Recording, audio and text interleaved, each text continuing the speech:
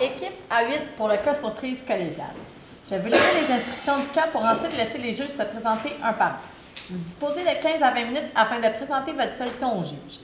Le temps s'écoule à partir du moment où un membre de l'équipe débute la présentation. Je vous montrerai le temps restant, soit 10, 5, 3, 1 minute, 30 secondes et les 10 dernières secondes seront sur mes doigts. Si l'un des membres de l'équipe continue à parler à la fin du décompte, je vais le signifier et la présentation s'arrête dès cet instant. Si vous faites moins de 15 minutes, il y aura une pénalité d'1 point par 30 secondes manquées. Les juges bénéficieront ensuite d'une période de questions de 5 minutes lors de laquelle ils pourront vous demander des éclaircissements concernant votre solution.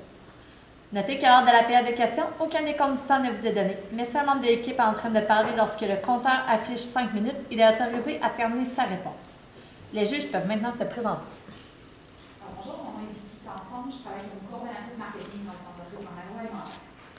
Bonjour, moi c'est Anne Tubis et je travaille à la Fondation Le Petit Blanchon. Et vous rejoignez la Fondation de l'Université. Donc, bonjour tout le monde, merci d'être là. Écoutez, je me présente, Patrick Maurier. Chris Desjardins. Guillaume Jamine. Moi et mes collègues, on va vous présenter notre plan pour la campagne de financement d'été 2015 pour la Fondation du Petit Blanchon. Donc, sans plus tarder, on va vous présenter un sommaire de la présentation, présenter nos objectifs, ensuite nos opérations, nos plans d'opération pour la campagne de financement, nos échéanciers, notre méthode de prospection pour aller voir les entreprises, les particuliers, puis justement les écoles, les entreprises, puis on va vous parler de notre plan à ce niveau-là, au niveau des écoles, le service aux entreprises, puis le camp de vacances. Donc, nous, c'est simple, on va vous présenter, on a été mandaté pour majoritairement aller faire une montée de financement. Donc nous, notre stratégie repose, on a évalué on a analysé en fait vos états financiers la dernière année. Nous, ce qu'on vous propose, c'est 350 000 $ en levée de fonds sur une marge. On va augmenter votre marge de 2 % sur l'échelle d'un an.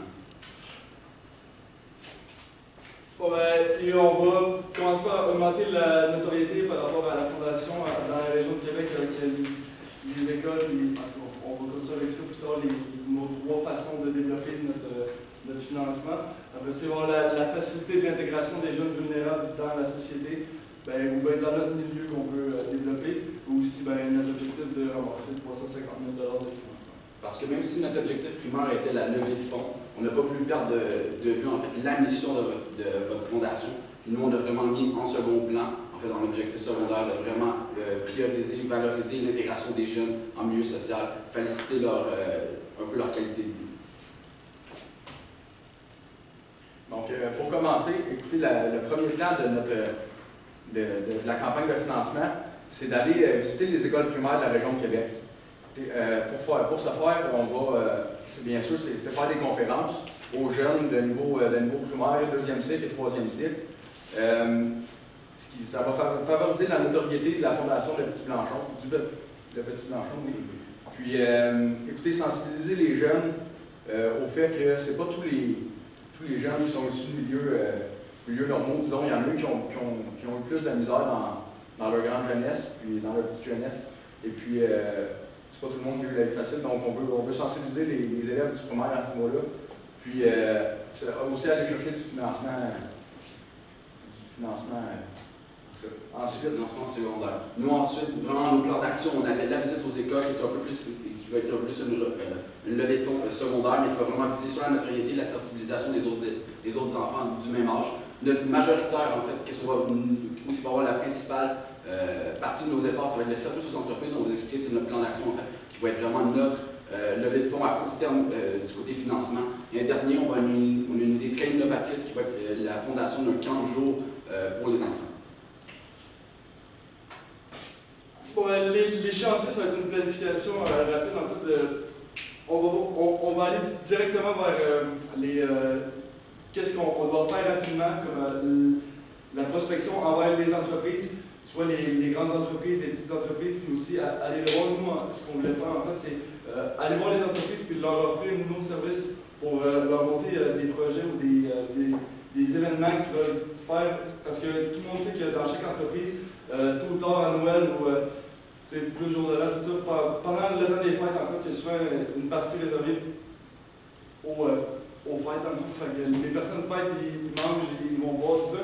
Sauf souvent, c'est dans un milieu plus d'entreprise, fait que ça va être toutes les personnes de l'entreprise, ils vont se réunir ensemble. Fait que nous, on voulait aller voir plusieurs entreprises, avec certaines contraintes aussi, parce que les entreprises, plus avec une ou deux personnes, on a moins de. Si on veut organiser un souper, mettons, pour un peu plus les bénéfices de notre entreprise, plus eux, leur soirée, ben ça reviendrait trop cher pour deux personnes, donc c'est pas trop avantageux pour nous.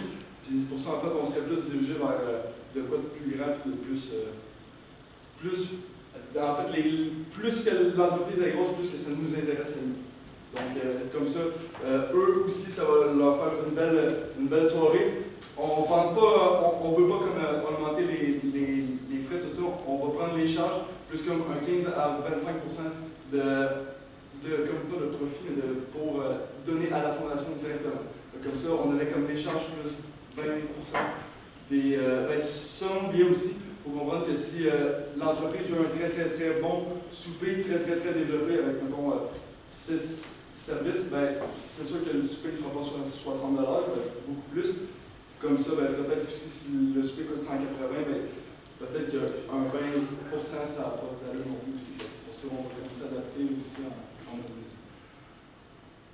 Aussi, il va y avoir la mise en marche des démarches de prospection. C'est exactement ça. Ça va être d'aller voir toutes les entreprises dans la section de Québec, les entreprises plus les écoles aussi, parce que comme on l'a dit, on va aller voir les écoles.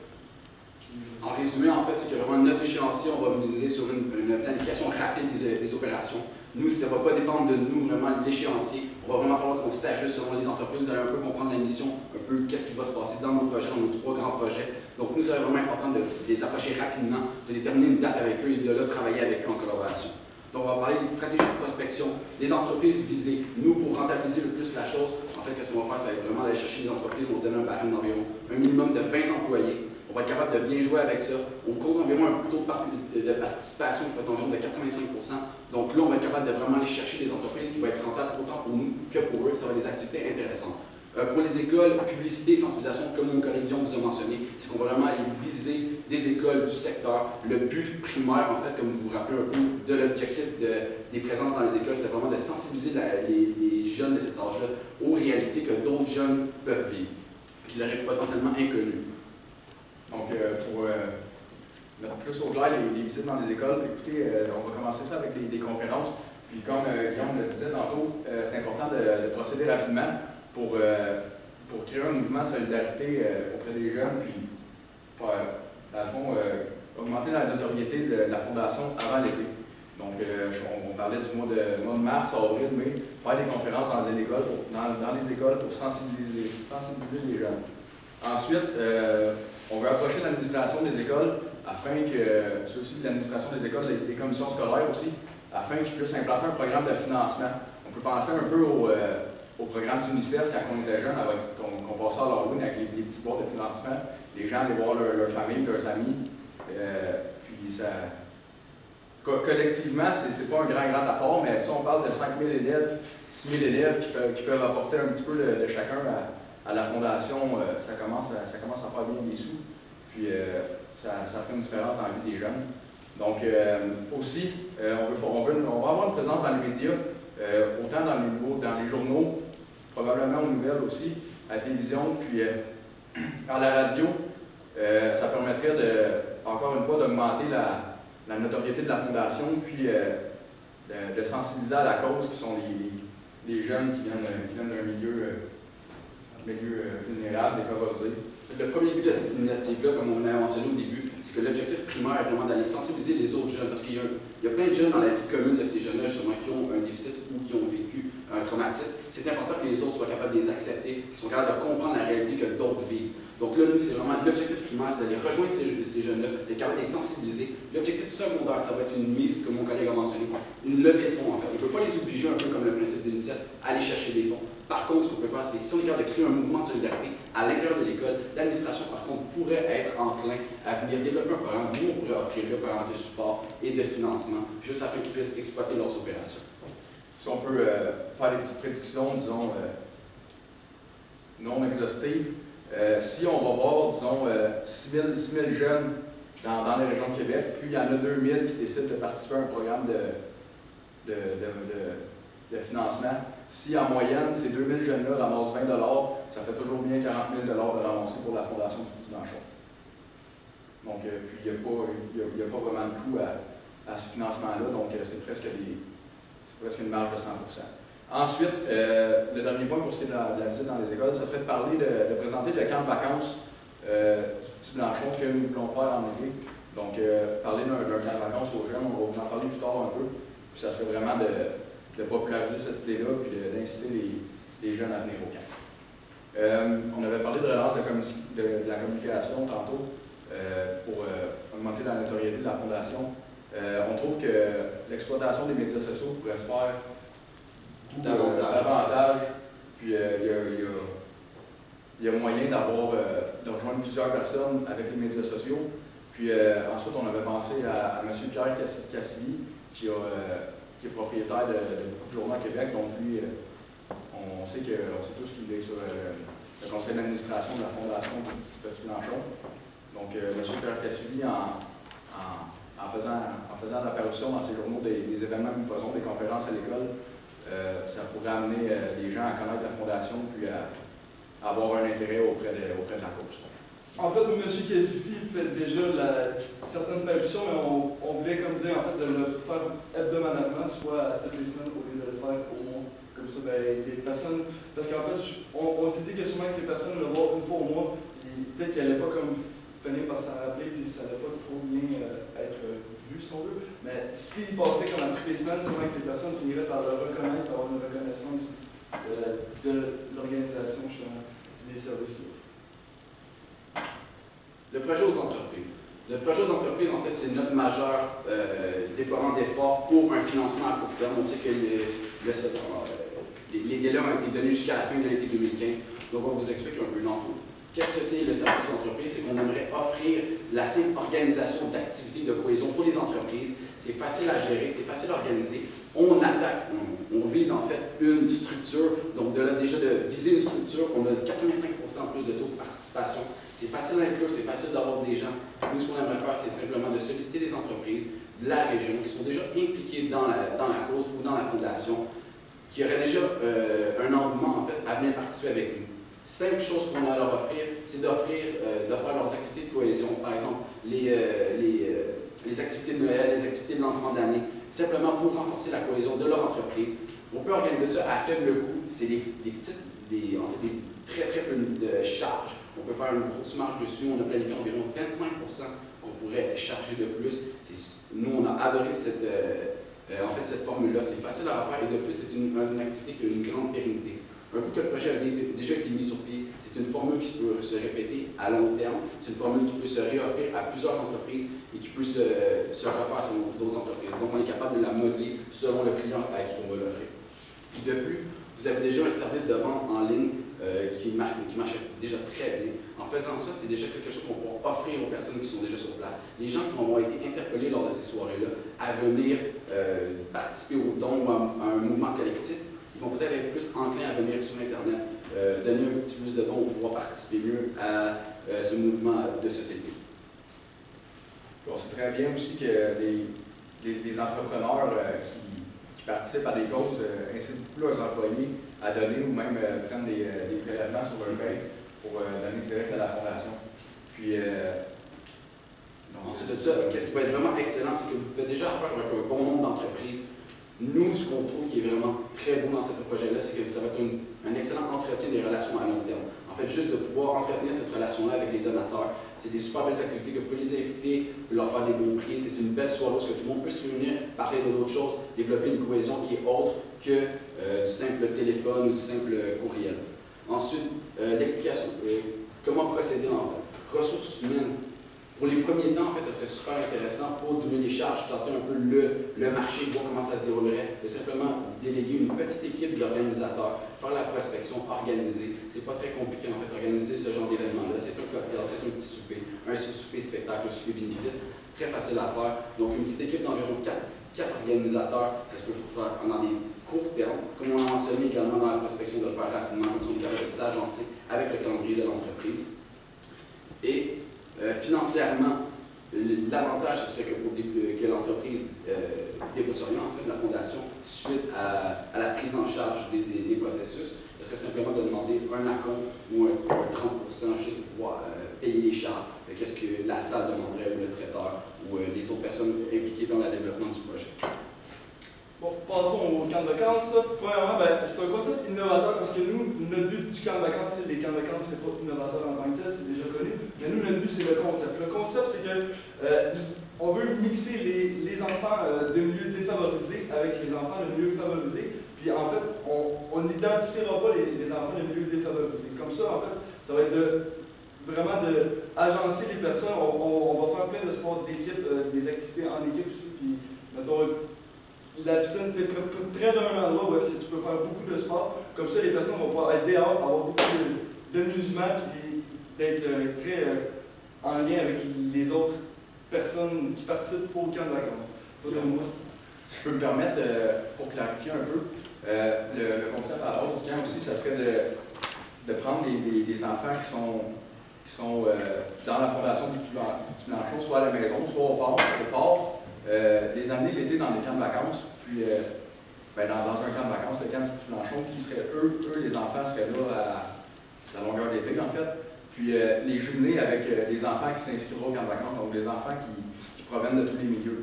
Donc à ce niveau-là, c'est ça que Guillaume disait, ça favoriserait vraiment l'intégration des jeunes de la fondation. Puis de plus, à ce niveau-là, c'est que les enfants en fait, qui vont comme venir au camp de jour, ils vont changer toutes les semaines. Il va y avoir la gang des petits blanchons en fait, qui vont pouvoir être là à tous les jours. Puis eux, ils vont devoir s'adapter, et en fait, les autres personnes aussi, ils vont devoir se mettre en contact les uns avec les autres pour pouvoir bien s'entendre et bien interagir entre eux. Et aussi, ça va améliorer en fait tous les enfants, leur relation entre eux, puis mais qu'ils retournent à l'école au mois de septembre, ça risque d'être déjà vraiment mieux.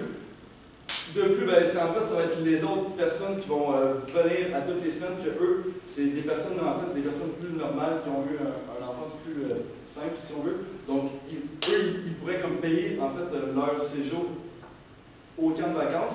Et comme ça pourrait comme subvenir à un certain besoin des autres enfants. Et aussi, ça l'aiderait justement tous les enfants reliés à cette activité.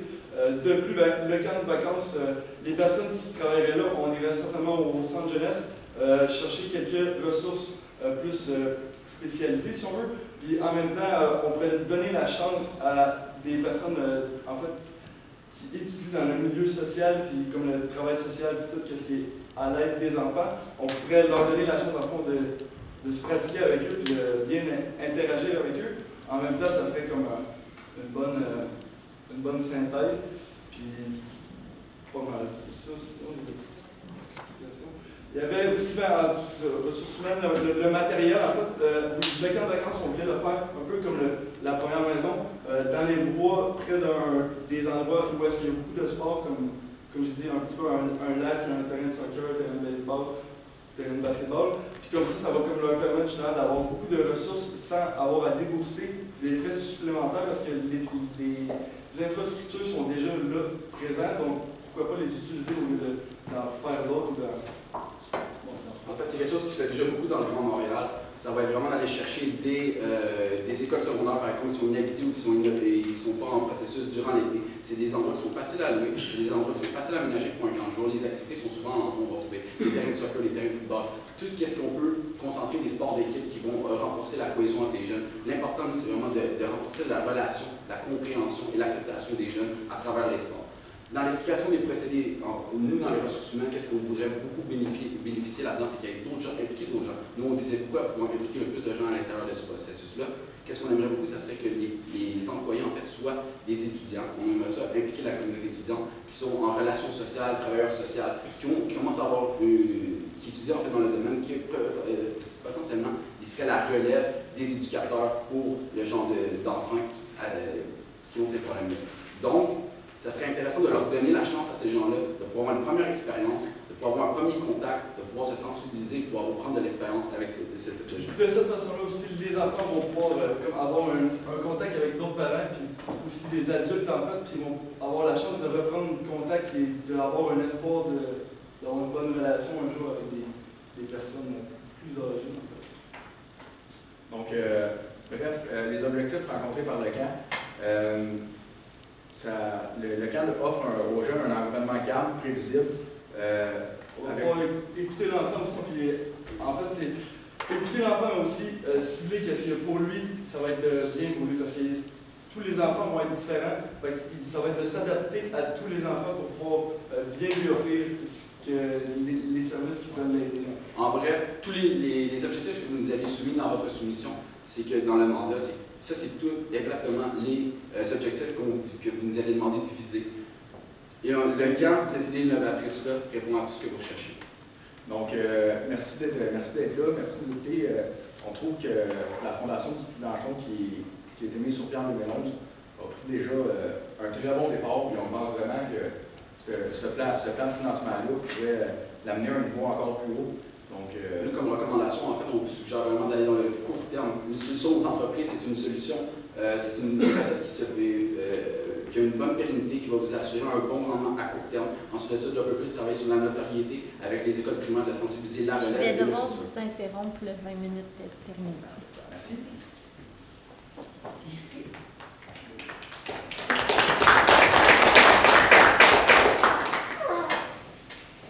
Merci pour la présentation. C'est vraiment gentil. Est-ce que vous connaissez la Fondation avant de faire cette offre? Non, c'est moi, je l'ai eu ça, puis je n'étais pas avec la connaissance encore. Super. OK, génial. C'est comme ça, on a l'impression de faire découvrir la Fondation à plein de gens motivés aujourd'hui. C'est très intéressant. On va vous poser quelques questions. Il n'y a pas de bonne ou mauvaise réponse à nos questions, c'est ça la bonne nouvelle. Il n'y a aucun piège, c'est vraiment. Est-ce que vous voulez commencer par les questions? Je prends une place, moi. Vas-y. Rapidement, je vous dis d'établir un objectif financier au début. C'est d'avoir l'ambition de on va aller chercher ça, j'ai bien apprécié ça. Mais le 350 000, vous l'avez mis comment versus 300, 500, 150? Pourquoi le chiffre 350? En fait, c'est un objectif ambitieux qu'on voulait vraiment se fixer. Nous, on est des gens quand même assez ambitieux, on voulait se donner quelque chose, un petit défi. L'année dernière, on avait arrondi, c'était à 299 000 et selon les états financiers de 2014 ou 2013 qu'on avait fixé. Donc nous, on voulait vraiment avoir une marge de plus. On avait également calculé vos charges d'exploitation qui étaient, vous faisiez une marge sur profit qui était de, si je me souviens bien, c'était 82%. En fait, dans ce qu'on avait, il y avait les activités de financement, on était à 82%, on visait 85%, donc on réduisait les charges d'exploitation de 3%. Donc nous, c'était vraiment un objectif qu'on voulait se fixer. Avec ce qu'on recommandait, petit calcul rapide, en fait, vraiment, nous, on misait beaucoup sur la stratégie pour les entreprises. Le service aux entreprises, c'est une recette super prometteuse. C'est rentable à court terme. C'est une marge pour eux, c'est substantiel. Si je peux apporter mon aparté, on préconisait beaucoup les services aux entreprises parce que nous avons fait en fait on a déjà tout eu un projet à faire de ce genre en fait, pour un organisme. Puis on a déjà comme organisé un événement pour en fait tous les fonds étaient donnés à une fondation. Puis on s'est dit c'est basé sur des expériences personnelles. C'est ça en fait. On a déjà tout fait, qu'on trouvait que c'était quoi qui était quand même faisable et envisageable. Est-ce que tu peux poser une question avant que je me lance? Non, vas-y, Anne. Oui, d'accord. Alors, ma première question, c'était dans vos objectifs. Le premier semble être d'augmenter la notoriété de la Fondation auprès des jeunes. Tu peux expliquer pourquoi? Pourquoi les jeunes? C'était vraiment ça, un peu comme on s'est un peu coupé dans les recommandations, c'était vraiment de préparer la relève. En fait, ceux qui vont, parce que la maison héberge jusqu'à 13 ans. En fait, nous, c'était vraiment que lorsque les enfants vont être mélangés ensemble, qui vont vraiment avoir un vrai contact, de pouvoir être sensibilisés à la réalité de d'autres jeunes. Donc, nous, c'était vraiment de travailler sur la jeunesse, de pouvoir les sensibiliser le plus jeune possible, pour voir qu'il y ait la connaissance ou la sensibilité de pouvoir accepter ou de pouvoir mieux intégrer les jeunes, d'avoir une meilleure conscience, une meilleure intégration. Ce qu'il faut savoir aussi, ce qu'il faut prendre en note, c'est que les jeunes de la Fondation, j'imagine, ils interagissent beaucoup avec d'autres gens de leur âge qui viennent de tous les milieux. Puis si les jeunes sont sensibilisés, à ça, je crois que leur intégration dans la société sera vraiment plus facile si plus de gens connaissent leur situation. Parce que comme on l'avait mentionné au début, même si on avait été mandaté pour une levée de fonds, nous, comme objectif, on ne perdait pas votre mission d'entreprise, qui était vraiment d'apporter du support à ces jeunes-là. Donc nous, on a gardé ça en perspective, on essaie de profiter du meilleur de tous nos projets pour pouvoir toujours toucher à cet aspect-là.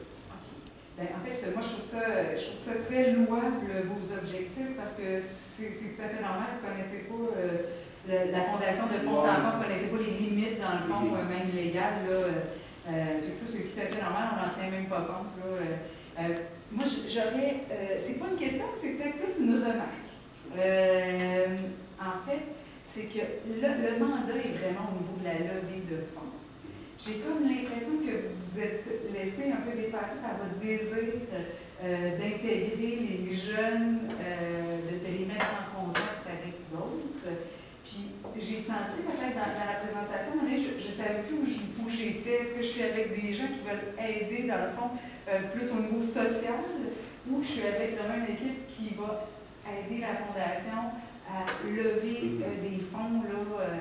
Et que, je dirais que c'est une remarque qui se veut vraiment positive parce que tout ça est empreint de bonne volonté. Là, je pense que c'est assez clair. C'est vraiment ça. On a voulu vraiment se marier avec ce que vous aviez pour objectif. Pour nous, il n'y avait plus l'intérêt de travailler pour une compagnie, pour une fondation comme ça qui vise une mission si noble, puis de juste être un peu du style à vouloir aller chercher le plus de profit possible. Parce que sinon, on aurait pu mettre un autre plan où on serait allé. Le bénéfice est beaucoup plus élevé, mais c'était pas dans le mandat était là, davantage au niveau social, mais en même temps, comme je vous dis, là, je trouve ça aussi très noble que vous ayez décidé de prendre cette portion-là. Mais je voulais juste quand même vous faire la remarque de ça, là, que des fois, malgré la mission, les objectifs qu'une fondation, qu'une entreprise peut avoir, il faut vraiment toujours, c'est dur, hein? Même nous, on a de la misère à le faire après tant d'années d'expérience. Il faut toujours quand même essayer de rester concentré sur l'objectif précis du mandat. Mais comme je vous dis, là, ça reste très, très positif. On n'avait pas, merci pour votre commentaire. Ce qu'on n'avait pas vu, par exemple, dans la présentation, c'est qu'en allant aider les jeunes en faisant des présentations dans les écoles, puis en mettant surtout un camp de vacances, notre but était de créer un mouvement collectif qui, justement, aurait fait que la notoriété de la Fondation a augmenté beaucoup, puis même les dons de la Fondation ont augmenté.